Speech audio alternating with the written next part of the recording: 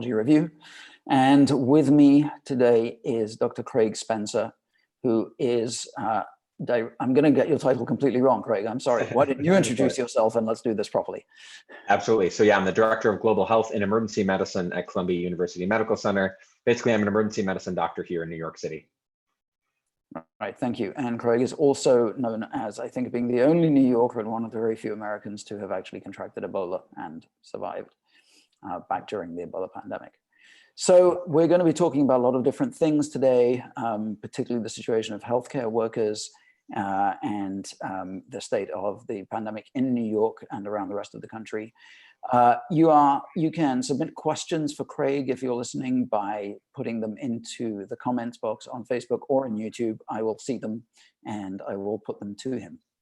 So Craig, thank you again for being with us, and thank you for the work that you're doing, which is incredibly important and dangerous and vital for everyone. So let's start off with the, people have been talking about the shortage of masks and protective equipment and other equipment in the hospitals for a long time. How is it now compared with what it has been in the past few weeks? It's variable. And I think that's how we characterize this whole pandemic here in New York City. Like, some hospitals are okay, some hospitals absolutely are not. I have the benefit of working at one of the best hospitals in the world. So PPE hasn't been as big of an issue for me as it has been for a lot of my colleagues who throughout the city are talking about, one mask, one N95 mask a week, one surgical mask a shift, having pretty low standards, or much lower than anything that we're used to. So again, it's been super variable. I have friends obviously working in every ER all throughout the city. We're pretty closely knit, tight community. I'm on 5 or 6 different WhatsApp groups, being updated on what's happening in the Bronx and Brooklyn and Queens. I'm in Manhattan, where the numbers aren't nearly as bad as they are in every other borough. And so kind of what I'm seeing is bad, but I know that what my friends and my colleagues are seeing in their ERs is in many respects even worse, especially regards to their PPE. So how come you have better access to PPE? Is that because you have fewer patients, or is the hospital somehow better stocked?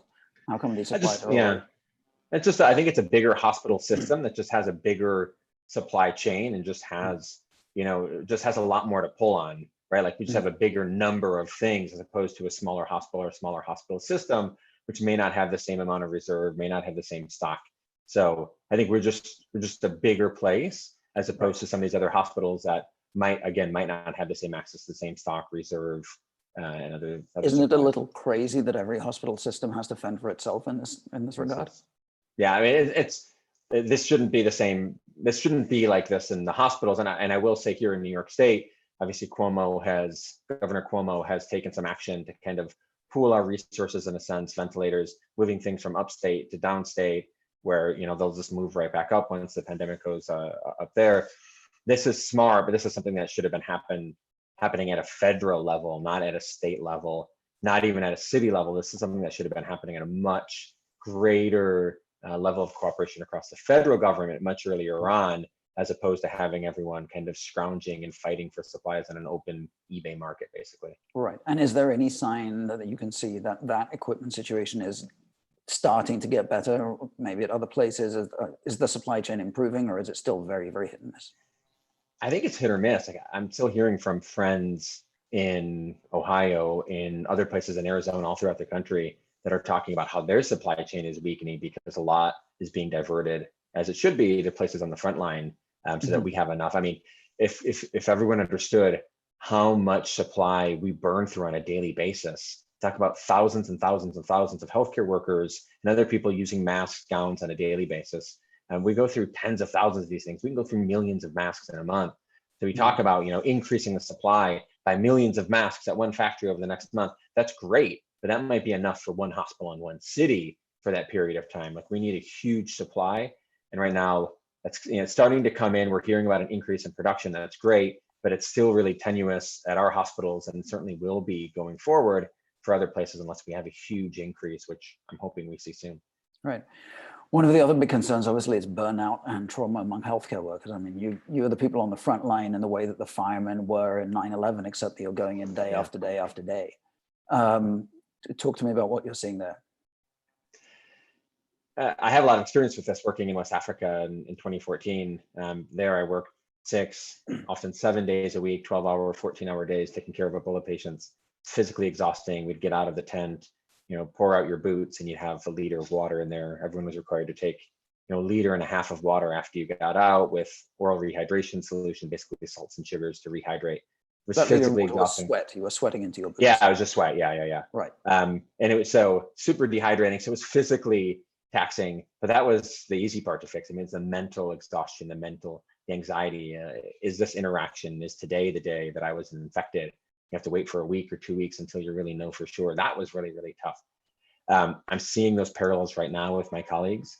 So many of them who did not sign up for this. Everyone writes, I'm ready for whatever comes through the front doors. Many didn't sign up for this, but they're showing up for this. We might not necessarily have the right support or even the right kind of mental capacity to handle doing things that we're doing right now, which is not really in our wheelhouse. We generally put people on ventilators. We don't ever take them off, but that's something that we're being asked or forced to do with patients, talking with palliative care, talking with family members, like withdrawing care. The first time I've ever withdrawn care in my life in the emergency department. Because there is a specialist who does that normally. Well, we just generally don't do that in the emergency department. Like we put people on a ventilator and we bring them to the ICU. And, right now we have less of a concern about a lack of ventilators. There has been an increase in production. 1,000 were given by the government of China, some more from the state of Oregon. It's still a pressing concern. We want to make sure we have enough. So it's not that we're withdrawing care for lack of ventilators. It's just that we know a lot of people that we put on mechanical ventilation, we put on life support, have a near zero chance of surviving. So do we talk to the family beforehand? Do we have an opportunity to have a discussion where they can video in, because people can't be present in person, video in to have that discussion before we do that? The hardship that this is going to have on the patient as well as on the family. Discuss the likelihood of survival in someone who is, in their late 80s, really, really sick with a bunch of other comorbidities. The likelihood that they'll come off a ventilator is near zero. So we have that discussion. We don't force anything on anyone, but we have a very frank, open discussion with our professionals in palliative care. And a lot of the times people decide that, they don't want to have these really aggressive measures. They want to have a more dignified, a more dignified death. And so that's just something that we don't do. We don't do. And so we're building up our capacity. We're building up by force, our experience with that, but it's still really jarring and it's mentally taxing for us. What sort of support, mental health support, are healthcare workers getting? I think everywhere is a little bit different. Institutions are setting up access to psychologists, psychiatrists, things like Headspace, trying to get people online or in communities. I've been talking to all my colleagues about finding someone to be vulnerable with. So identifying one person, whether it's in the hospital or outside of the hospital, and just to have that space to discuss, to share. This hits everyone really hard, and physicians are generally, especially ER docs, are generally the kind of people who are meant to be thick-skinned, kind of really tough. We get yelled at by consultants all the time. Like, we can take it, but underneath that, like, I see a lot of my colleagues struggling with the physical, but as well as the mental exhaustion. So there are resources. The question is how well people are using them and whether we have enough time really outside of work to kind of focus on that mental aspect. Right. I know that there at least was a point, I don't know if it's still the case, when hospitals were not testing their healthcare workers unless they were really, really sick for coronavirus, because then there was the problem that you would test positive and then you get furloughed for 14 days, but the hospital needs you. Is that still going on? And what effect is that having? Yeah, so it's gotten much better, but it's still not basically on-demand testing for employees. Again, I know a little bit more about my institution than other institutions, but talking to friends around the city, some places are a lot better. Some places it's still a challenge. Really, with a testing focus is trending towards now is looking at immunoglobulins. So for providers to see those who have been exposed, whether they were symptomatic or not, to see if they have immunity. The goal being, if we know someone has a strong immune response, their likelihood of being reaffected in the near future is extremely low. And so how can we better prioritize putting them on the front line, taking care of the more at-risk patients so that it doesn't expose others like myself or my colleagues who haven't yet been infected, decrease their risk so we can have more healthcare providers really at all times on the front line. That's something that we're focusing a lot more on, that universities and virology labs have been stepping up and we're seeing a lot more of that coming out in the past few days, and certainly more so over the next couple of weeks. And is there any information on what proportion of the healthcare workers in New York have been infected so far? Not yet, not for New York City. I mean, we know it's a huge number. Thousands of healthcare workers in China were infected despite, seeing the personal protective equipment. It was pretty intense in a lot of places. 8% of Italy's infections were healthcare workers. I saw a pretty massive statistic in Spain, with a big percentage of their infections were healthcare workers. We don't know. I have colleagues that have already been infected. I have a bunch of colleagues that have already been infected, that have tested positive, some that have documented immunity. We don't know, but I would not be surprised with kind of the missteps in preparedness, the lack of PPE, really the kind of the lack of urgency initially and early on, as well as the fact that this virus was spreading here in New York City much earlier than we thought. I wouldn't be surprised if a good chunk of my colleagues were positive or had been positive. And when people have tested positive and then they've recovered, are they presumed to be immune, and does that change the role that they perform in the hospital because they're now seen as less susceptible? Yeah, we're just starting really to see that. Again, we're getting this antibody testing online. So I have one of my friends who was tested a couple of days ago, found to have a good serological response, meaning that she's immune, she has antibodies that should protect her for the near future. We don't know how long. So that's just starting to happen. I think everyone is thinking about how do we do that? How do we better deploy those people with documented immunity, not just in the hospital, but in grocery stores and in all parts of the economy? Is there a way that we can kind of use these superheroes with their super antibodies that have this lower risk of being reinfected and less likely to spread the infection to others? How can we use them in a way to start opening up a bit some of the normal functions of our daily life? Right. So for those of you watching, just a reminder, I'm talking to Craig Spencer, and you can submit questions in the comments on Facebook and YouTube, and I will see them and put them in. Craig, you talked just now about ventilators and about the fact that a very high proportion of people who get put on a ventilator don't make it. And I've seen some reports recently that there's some rethinking going on about whether everybody should be ventilated, about whether or not it's actually helping. What are you seeing there? Yeah, I've been keeping up on that in the past couple of days as well, because the challenge is that what we're seeing, it's different than what we've ever really seen. We're seeing patients that come in that may not necessarily look that bad, may look sick, but not like they need to be intubated, but whose oxygen levels are in the 40, 50, 60%, which is unthinkable. If I ever saw anyone whose oxygen was that low in normal life, I would absolutely double check that that's the right reading. And if that was the case, intubate them, because it's the only way that you're gonna save lives. What we're seeing now is that there's this disconnect as part of the disease process in between people's presentations and their oxygen saturations. For a lot of people who come in distress and respiratory distress, who are not breathing, they need to be intubated. Otherwise, there's really no other option. But we're starting to rethink which of those borderline patients can we maybe be a bit more aggressive with non-invasive modalities. So like that CPAP mask that people wear to bed at night, can we try that? We haven't really done that much up until now because it's an aerosolizing procedure, meaning that it can take some of the virus and it can spread it out into a pretty big space, increase the risk to healthcare providers. Also increasing face mask oxygen, nasal cannula oxygen. We're going to see how this changes over the next couple of days and next couple of weeks, but it's a different disease process than anything we're used to.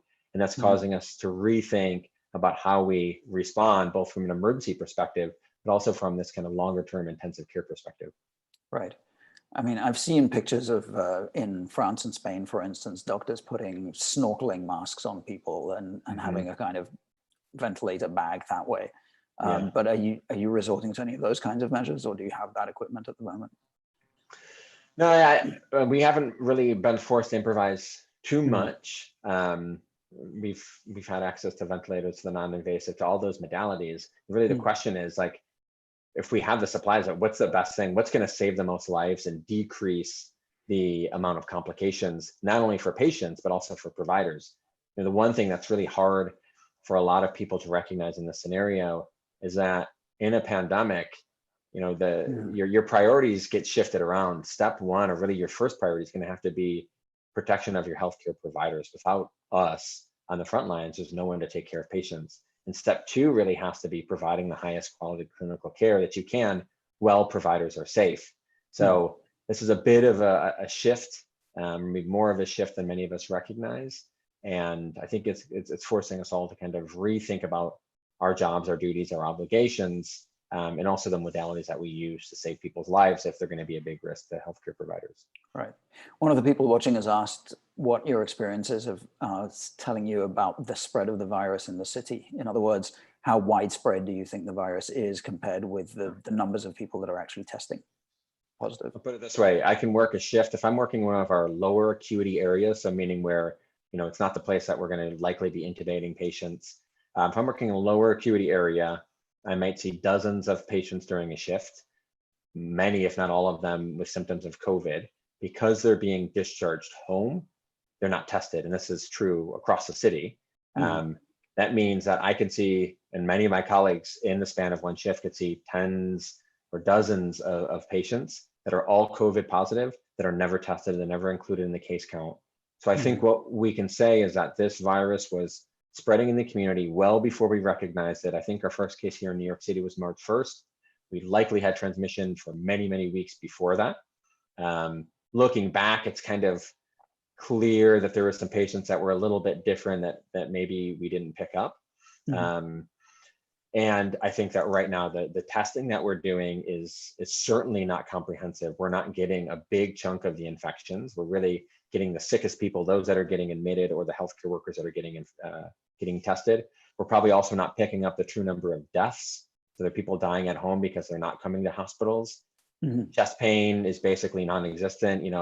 Cardiac patients, those with acute heart attacks, I'm not really seeing nearly as much as we were before. Surgical abdomens, people with appendicitis, gallbladders, all that kind of stuff, we're just not seeing. So what's happening? People are not choosing to not have these acute health crises. They're probably managing them at home with fatal complications for some of them, undoubtedly. Right. One of the things that people are talking about now is the signs that it seems as if the curve in New York, or the peak of infections, might be approaching, or might have already arrived. What do you think of that? That'd be great. We don't know. Look, we can look at trends. I'm trained as a field epidemiologist. I love data. Models are really great. Some of them are not. We don't really know. Look, this last weekend, I think it was on Saturday or Sunday, there was a lot of kind of positive enthusiasm that the number of deaths from Friday had dipped on Saturday and then dipped again, maybe just by a few, but it was really emblematic of maybe things are changing. Maybe this is turning the tide. And then again on Monday, I think the deaths were record high. I think we're going to need to see how this happens over 4 or 5 days to start looking at some trends. We don't know. Again, the variable presentations, testing, deaths, our data is not perfect. It is suggestive. And maybe we're at that point where we're flattening this curve. My concern is that people will think of this as reassuring. And in a sense, it's reassuring that we're not continuing to do this huge spike up. But if we flatten the curve, we can travel along that crest for weeks, for days, maybe many weeks. And each one of those days is a huge number of deaths, a huge number of people in our ICUs and in our ERs. And what we're dealing with now is that we already have backlogs, right? COVID patients take a really long time to get better if they get better. This is not a 3-day disease. This is a 2-week disease. So think about all the big backlog we've had over the past couple of weeks. We already have ERs and ICUs full. We don't have a lot of place to put more people. Ships and tent cities and Central Park, et cetera, are great if we have the right capacity. But even at that plateau, it's still really, really dangerous. There's still a huge amount of work for healthcare providers, and there's still a huge risk for patients. And there's a really big risk that if we let up, as opposed to doubling down and stepping on the gas with social distancing, physical distancing, staying at home, we risk having this really big rebound again in a week or two. Right. And I think I saw you say on Twitter that this plateau that we appear to be reaching might not be because the number of people getting sick is leveling off, but simply because the capacity of the hospitals has been reached. Yeah, I mean, we are quite honestly discharging patients that could have been considered for ICU admission. And this is not all over the city. We have protocols that say, if your oxygen saturation is 90% or above, if you're walking, you go home. 90 of that in the past, people that need oxygen, we would have absolutely admitted them to the hospital, maybe given them a higher level of care and observation.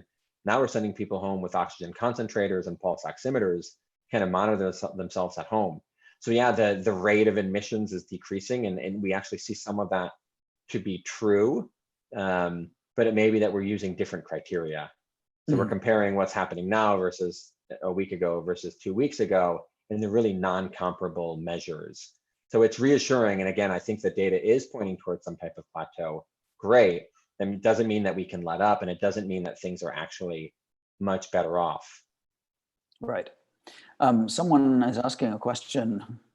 Well, the question is, what PPE shortages have you experienced that are not being reported in the media? I would guess that most of them have been reported.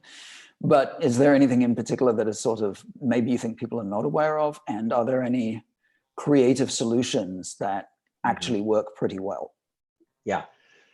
So what we are reporting on is really like our plan C, just like our plan A for testing should have been, we should have had a test ready, and then plan B was, okay, we didn't have one ready, but we rolled one out, it was imperfect and we should have improved it. Now our plan C is like, okay, we're only testing certain people because we have limited testing. The same is kind of true for our PPE. We have the supplies that we need to do what's being recommended now, but what's being recommended is not necessarily our plan, what should be plan A. The CDC says that you should not be reusing masks in the way that they're being reused.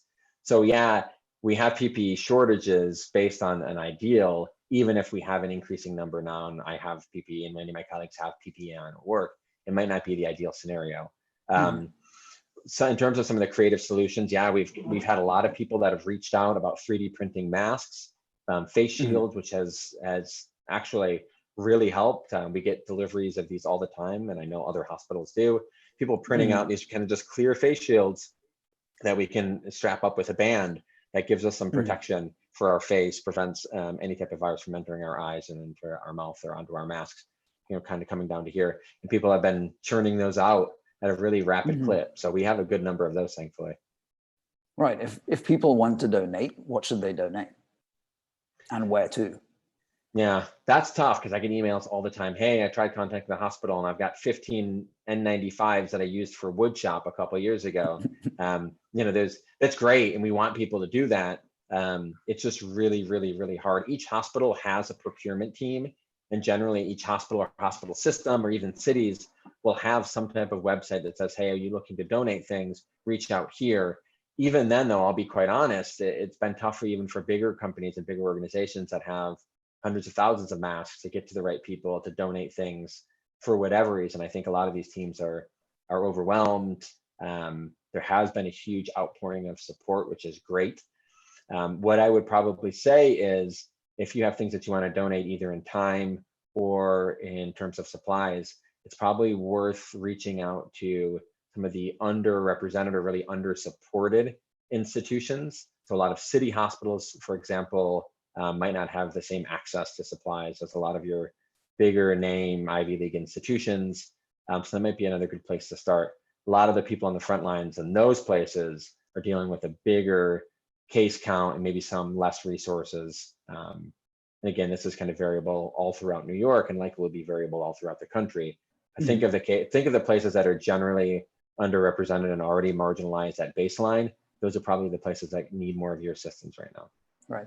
Someone else is asking, how often are protocols changing? I guess that's protocols every day or treatment. How do you all keep up with it and stay coordinated? How do you make sure everybody's following the same protocols? It's really hard. Literally every day, there's a different type of protocol for something, for involvement of palliative care, or for certain PPE during procedures, or for, it's nearly every day I'll get some type of email or some type of message about how this is changing. We just need to be on top of it. It's a challenge because we're learning so much about this disease as we take care of it. Hospitals themselves are responding to how we're managing this disease and what resources they have, both human resources, financial, supply. So it sometimes feels like another job on top of a full-time job of just being aware of what's happening, reading and knowing what's happening in our departments and in our hospitals. Right. I think a lot of people are curious about whether any of the medications that are being touted at the moment, that are some of which are in trials, have any effect. What kind of experience have you got of that? We'd all like to know. Look, I mean, the thing I tell people is that we all want, this is politics aside, this is from a public health standpoint, we all want to know if any of these medications, remdesivir, hydroxychloroquine, azithromycin. Like, I would love if any of them were a magic bullet. The thing is that we just don't know, and there's always a downside of using a bunch of medications that do not have proven efficacy. Sometimes we're forced to do that. When I was treated for Ebola, I got brincidofovir, which was an experimental medication for this. I got plasma from a survivor. We now know, retrospectively, looking at the data, that neither of those helped, and in my case, probably made me worse. Does that mean that we shouldn't have tried them? Maybe, maybe not. We didn't know at that time. Maybe they could have been helpful.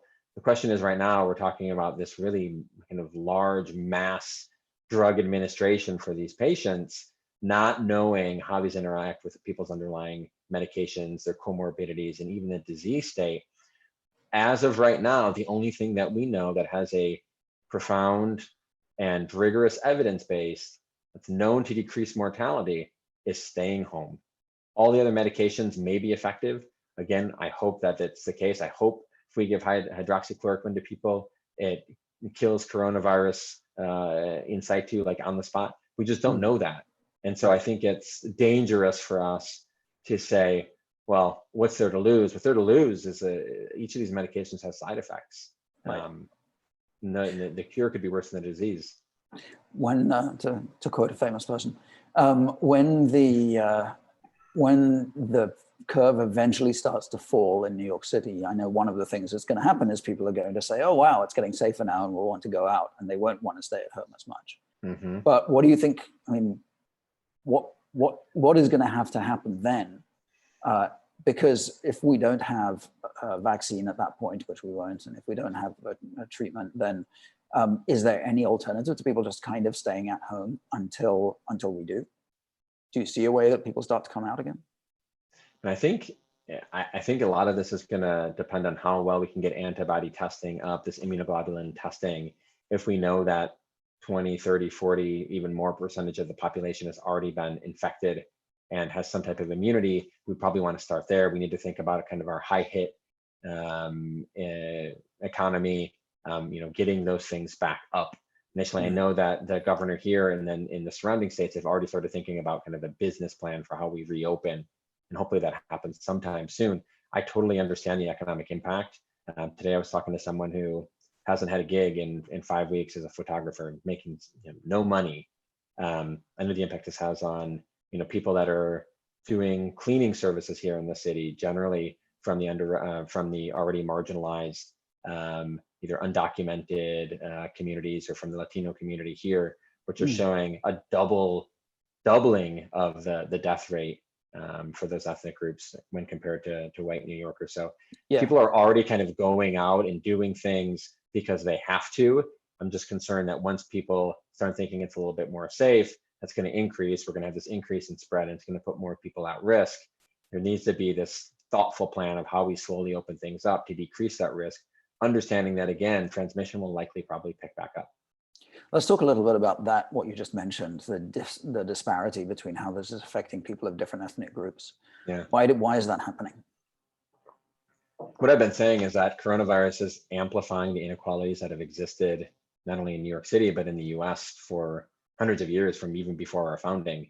You think about the communities that have already been marginalized and are already vulnerable before coronavirus, undocumented communities, indigenous communities, those living in areas with higher air pollution.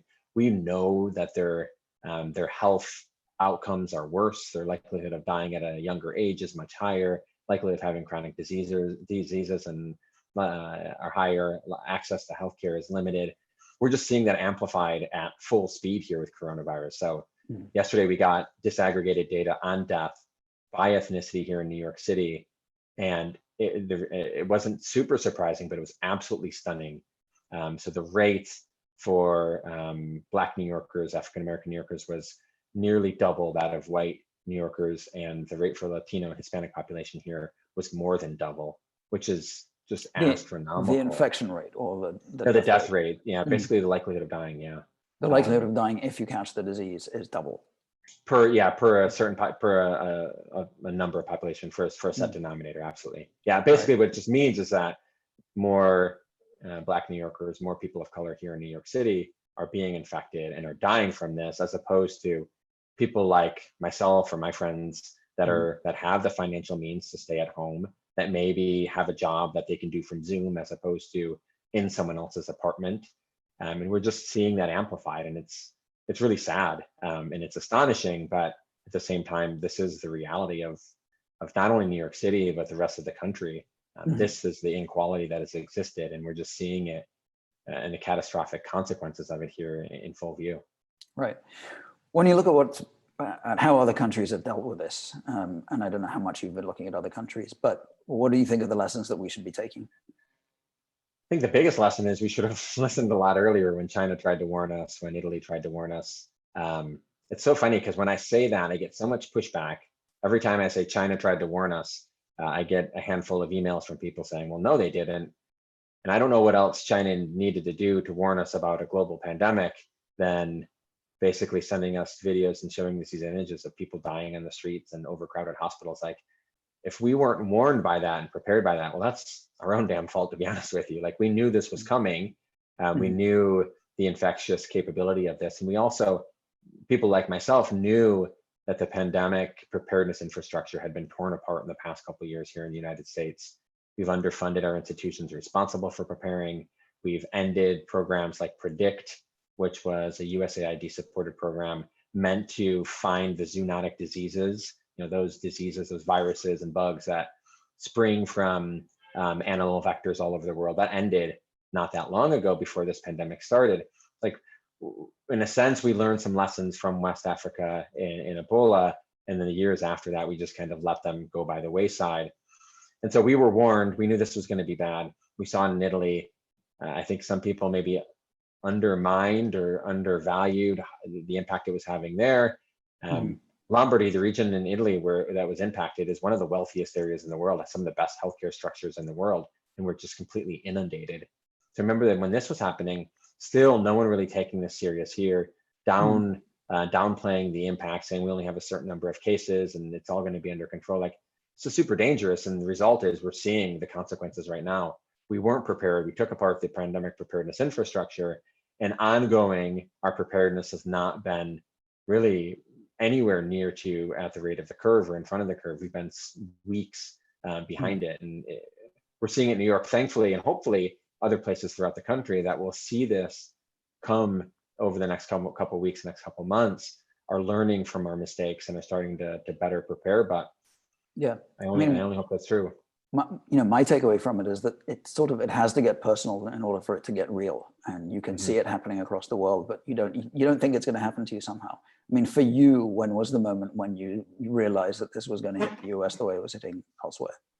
As soon as I saw it in China. I lived in China in 2006, 2007. I lived in a small city of 4 million people, and I remember walking by the bird market every single day, thinking like, man, this is where it comes from. Like, this is where the pandemic starts. And we know that these zoonotic diseases from wet markets, and it's not just a China thing, it's a everywhere in the world thing. Like, the next big disease is not going to come likely from Missouri. It's going to come from northern CAR or China or somewhere else. But it has the opportunity and the ability to spread around the world within 24 to 48 hours. I think people like myself that have been worrying about this for years knew really early on, when this was taking down China, that this was going to have a huge impact elsewhere in the world. We're trying to raise the alarm and raise the flag, let people know what was going on. But I think the public health messaging was being undermined and covered up by the political messaging, which is unfortunate. Yeah. Talking of messaging, what do you think is the right way to do that? Because aside from the fact that it's become very politicized in this country, you also have really mixed messaging coming from a lot of different experts. So it seems. I mean, there are many different epidemiological models. They vary in their projections. There's debates about masks. So how? And then we have the media organizations like ours, which are trying to pile in and provide stuff as well. But we're also creating a cacophony. Yeah. How do you think what would be the right way to get more consistent messaging that everybody could be aligned on? I think we amplify public health voices over the political, and we do that by letting public health professionals speak. They should be the ones at the podium. I know that that's clear and that makes sense, but that's not what's happening. I think at the other time, we as public health professionals need to be honest about our messaging and think about all the consequences that we know could happen. My concern is that we're flattening the curve and we're going to do this all over the country, and maybe the projections are not going to be, or the death counts are not going to be as bad as some of the worst case projection models. And people are going to say, well, the modelers were wrong, undermining the value of public health kind of epidemiological modeling. Or they're going to say, the media stoked this fear about, 1 million people dying and only 100,000 people died. Whereas the whole time we should have been saying, like, look, if we do this really well, we won't hit these models. Like, we will do much better than this. This is a worst case scenario. We were doing that to get people to act, not thinking in the long term of how it can undermine public health credibility in the future. So I think that could potentially be used against us. I think that could be used by politicians to undermine our expertise. Yeah. We just need to get more public health professionals in front of the camera, talking to reporters, doing the science and sharing it in a way that is easily understandable, digestible, but also honest and transparent. And that's, I think, a big challenge for all of us. Yeah. One of the things that has struck us, me and my colleagues, is, for the last 2 or 3 weeks, we've tried to get a lot of doctors and nurses and public health workers on this show to talk to us about the situation in the hospitals. And almost universally, they've initially said, yeah, I'd love to come. And then they call back and say, actually, my hospital told me I can't do it. I'll lose my job. So A, how come you're speaking out? Mm-hmm. And why do you think so many hospitals are reluctant to let their healthcare workers speak? Because I would have thought that they all share an interest in these messages getting out. Yeah. I think what's been a challenge for a lot of hospitals all throughout the country is that kind of what we're dealing with and what we're seeing is so unlike anything that we're used to. And I think a lot of us are processing this externally in a way that may sound really bad and may not necessarily reflect on the institution, which may reflect more on the actual reality of what we're dealing with, be it a lack of PPE, be it a lack of supplies. But I think with the way that healthcare has become, quite frankly, a huge business here in the United States, a lot of the focus has been on how do we protect the business, while at the same time trying to provide really high quality healthcare. And unfortunately, frontline providers just sharing the reality of what they're seeing may be too stark a reality for much of the general public. I get requests all the time from reporters to have a look inside the hospital, to shoot video clips, and outside of that being, unnecessarily voyeuristic, I think it also just highlights that people want to know what's happening, but at the same time, hospitals not wanting necessarily to show that, because in many places it is.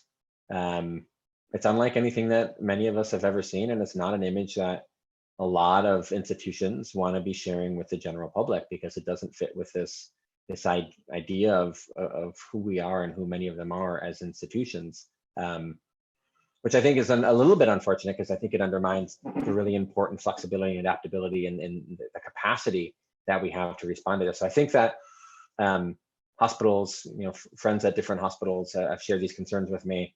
I think that as this has gotten worse, a lot of places have recognized that it's important to have people on the front lines stepping up and talking and chatting about the reality, because the messaging is not clear. The public health and the frontline messaging is getting contradicted or mixed with the political messaging. So I think there has been a bit of a change, but you're right that there has been a lot of reluctance in having frontline providers speak for a bunch of different reasons. Right.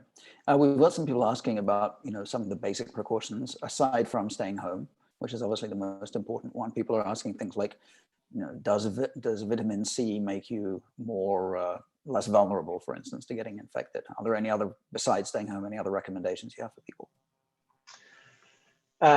Specifically the vitamin C, there's one protocol that was put out talking about IV methylprednisolone, a steroid, an antibiotic, and vitamin C. Again, we don't know the reproducibility of these and whether this is actually true, whether this is generalizable to all patients or a certain subset. We don't know. Again, we hope that should be true. If it was as simple as taking a vitamin C every single day and that prevented you from infection or treating infection, that would be great. We could scale that up quick, but we don't know. In terms of the other things, obviously, the same boring messages are boring. Washing your hands in a really good way is really boring, but that is the best way to protect yourself from coronavirus and every other infection. Wearing a mask when you go out is huge, but not just wearing it correctly. The majority of the time I see people wearing a mask incorrectly. If it doesn't cover your nose, it isn't working. If it's hanging underneath your chin, obviously it's not working. if you're touching it to take it off like this and moving things around, you're just potentially infecting yourself. So I think people are hearing these messages: wash your hands, stay at home, use a mask. This is all great, but our actual operationalizing of it, and the way that we actually implement these suggestions is not good. I would prefer, instead of us looking for these magic bullet medications, for us to focus on the things that we actually know decrease mortality, decrease transmission, and that is staying home as much as we can, using a mask and using it correctly every time that you go out, and washing your hands. If we do that, So do you that will have much bigger impact than anything else that we could do. So you think we need even more messaging on this, like from the government, official messaging? I don't know, what, posters everywhere, that kind of thing? Yeah, this is not just an indictment of the public and how people are using masks, although it's certainly the case. I see people on the street. Like, this is true in hospitals too. Every single day, I give feedback to a colleague about their PPE. Hey, I can see this gap here, or hey, your mask isn't covering this part of your face, or hey, there's this area under your goggles. Like, it's just that we as humans are imperfect, and even the most perfect mask used perfectly is not perfect. For a lot of people, it changes their behavior. It makes them get closer than 6 feet because they think they're protected or do things that they otherwise wouldn't.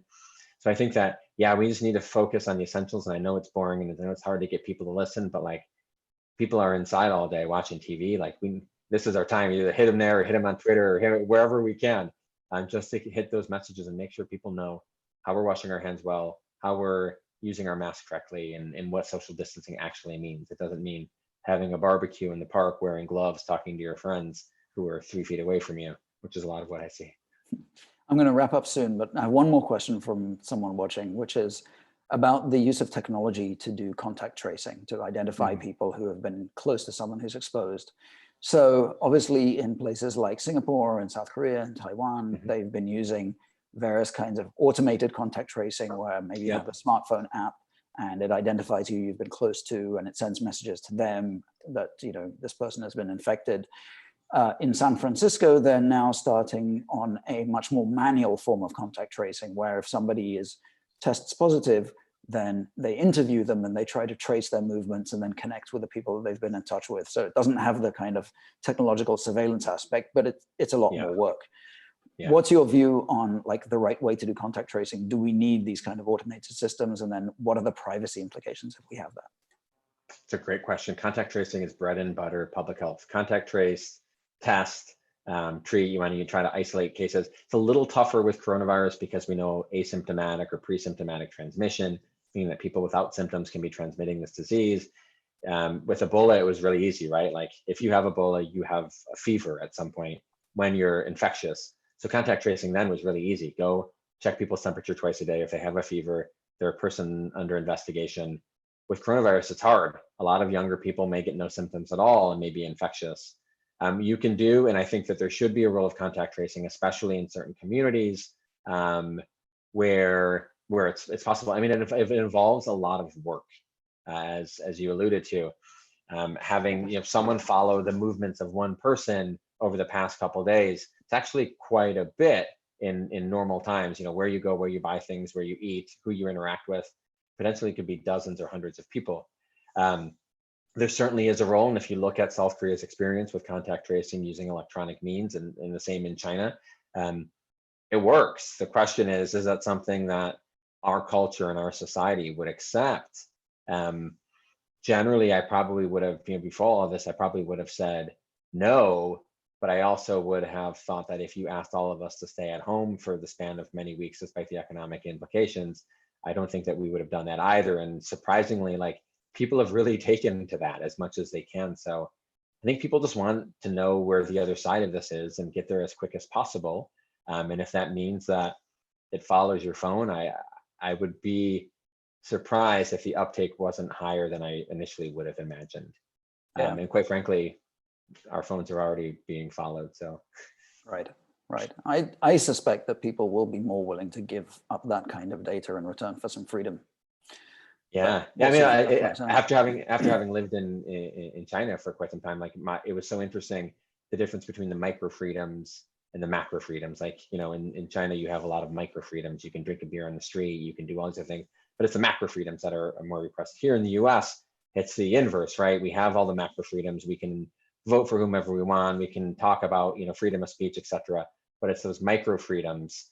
Can't drink a beer in the street. There's some other things that we don't necessarily have. So I think that that cultural difference is one of those maybe barriers to us being okay with the government finding us and following us around on our phones, knowing if we've interacted with certain people and alerting them via text message. But again, I think we've slowly and gradually already given into that in some sense. And I just wonder how many people would be okay with us extending it a bit more for a temporary period if we know that it would have an impact on limiting the transmission of this virus. All right. Well, we're going to wrap it up there. Is there any other thing that you want to say, any message you want to pass on? Yeah, I think the important message is that we talk about this. It's such an inwardly focused discussion around what's happening, not just in New York City where it's bad, but I keep hearing this talk about the 50 states, and hardly anyone is talking about the impact this is going to have on places like Guam or Puerto Rico. Puerto Rico has one of the highest percentage of elderly in the country, has a higher population than 21 states, has a weaker healthcare infrastructure, and is still rebuilding after Maria. Like, when you think not only about the impact this is going to have on our local communities, but on other American communities, not just the ones that we think about in the continental US. And this disease is undoubtedly going to hit Mozambique harder than it will Missouri. And so even if we don't necessarily have boots on the ground response, I think starting with empathizing and thinking about people outside of our own borders is a really good start to recognizing that this is a time of important global solidarity. Everyone is dealing with this virus, regardless of the color of your skin, the size of your pocketbook, or where your passport is from. I just want people to recognize and take a moment, because that's never really part of the conversation. Right. And that's also not an entirely selfless thought, is it? Because as this virus spreads through, particularly through cities with large slums in Africa, it's going to spread like wildfire. And then you have the pandemic very much more widespread in the rest of the world, and that also has an impact on countries that are other countries that are trying to fight it. Yeah, it has an impact on all of us. Yeah, for sure. Yeah. All right. Well, Craig Spencer, thank you very, very much for spending the time with us. Thank you for the work you're doing, and our warm wishes to all of you and all of your colleagues out there. Thank you. Thanks. Thank you. Thanks for tuning in, everyone. Bye.